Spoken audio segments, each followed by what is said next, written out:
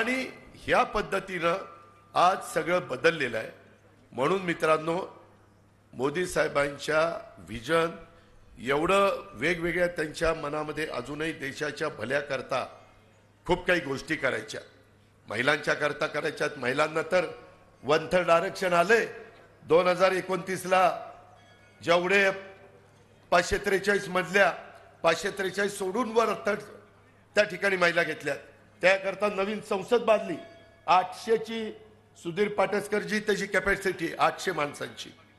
आता आमच्या राज्य सरकारमध्ये देखील विजयराव आपल्या इथं 288 जागा आहे, त्याच्यामध्ये 288 त्याच्या 1/3 96 महिला कंपल्सरी तिथे येणार आहेत। बिल पास झालं, कायदा केला, घटनेमध्ये दुरुस्ती केली, अमेंडमेंट केली, ह्या सगळ्या गोष्टी झाल्या।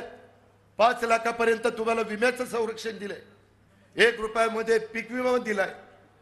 कुठलं धान्य, मला आता वेळ नाहीये, नाहीतर ऊसाचे दर पहिले साखर, इथं साखर कारखान्यामध्ये अभ्यास असणारी माझ्यापेक्षा अभ्यासू माणसं इथं आहेत, त्यांना विचारा, अहो 17 रुपये किलोनी साखर चालली होती आपली, कारण तेव्हा बंधन नव्हतं।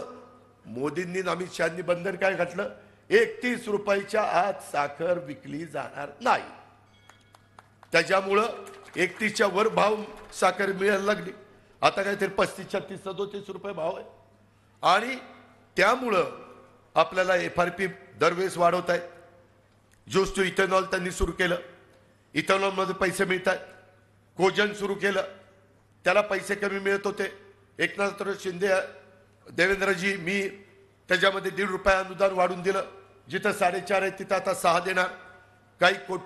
काहीशे कोटी रुपये लागणार आहेत, परंतु माझ्या ऊस उत्पादक शेतकऱ्यांना ऊसाचा भाव चांगला मिळण्याच्या करता राज्य सरकार हे सर्वसामान्यांचं आहे, हे शिंदे साहेब सांगतात, म्हणून आपण ते केलेलं आहे।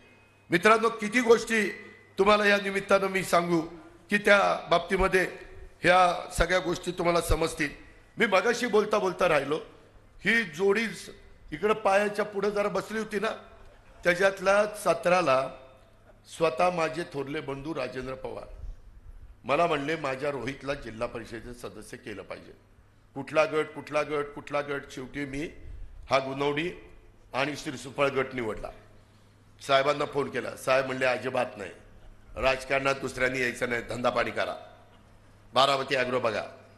म्हणलं साहेब, ते वडील पण फार आग्रही आहेत आणि तोही खूप आग्रही, मी सांगतोय ना, नाही, फोन दिला ठेवून। मी पुन्हा रात्री राजूदादाकडे गेलो, मला गावातल्या एकाने सांगितलं, राजूदादांनी अपक्ष फॉर्म रोहितचा भरायचं ठरवलेलं आहे जिल्हा परिषदेला।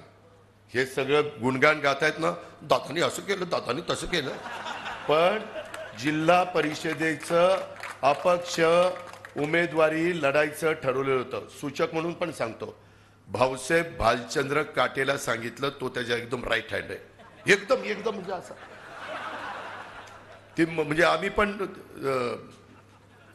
बाळूला माहिती आहे, त्या ठिकाणी कोजागिरी पौर्णिमेला दूध बीत प्यायचो, एकत्र गप्पा मारायचो, पण आता गडी फारच, मला त्याच्या घरात सुपारीचा का काही कार्यक्रम होता, त्यालाही बोलवलं नाही, एवढा माझा दुस्वास करायला लागला। सॉरी, 61 भाऊसाहेबाचीच 61, सॉरी मी चुकून म्हणलं, सुधरून घेतलं, बरं असं मधनं मला सुधरून घेत चला।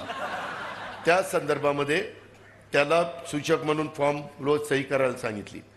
मी साहेबांचं न ऐकता परस्पर AB फॉर्म तर माझ्याच हातात, म्हटलं धर बाबा, भर बाबा, आणि त्याला तिकीट दिलं। नंतर ती म्हणला, दादा मला हडपसरला उभं राहायचं। अरे म्हणलं, एकाच जिल्ह्यामध्ये आपण सगळी लोक म्हणतील पवाराशिवाय ना कोणी दिसत नाही का, तू असं कर, तिकडं कर्जत जामखेड एक दुष्काळी भाग आहे, तिथं तू उभं राहा, तिथं काम कर, तिथं माझंही काम थोडं बहुत आहे, मागं काही मंडळी मला पण तिथं उभा, काही मंडळी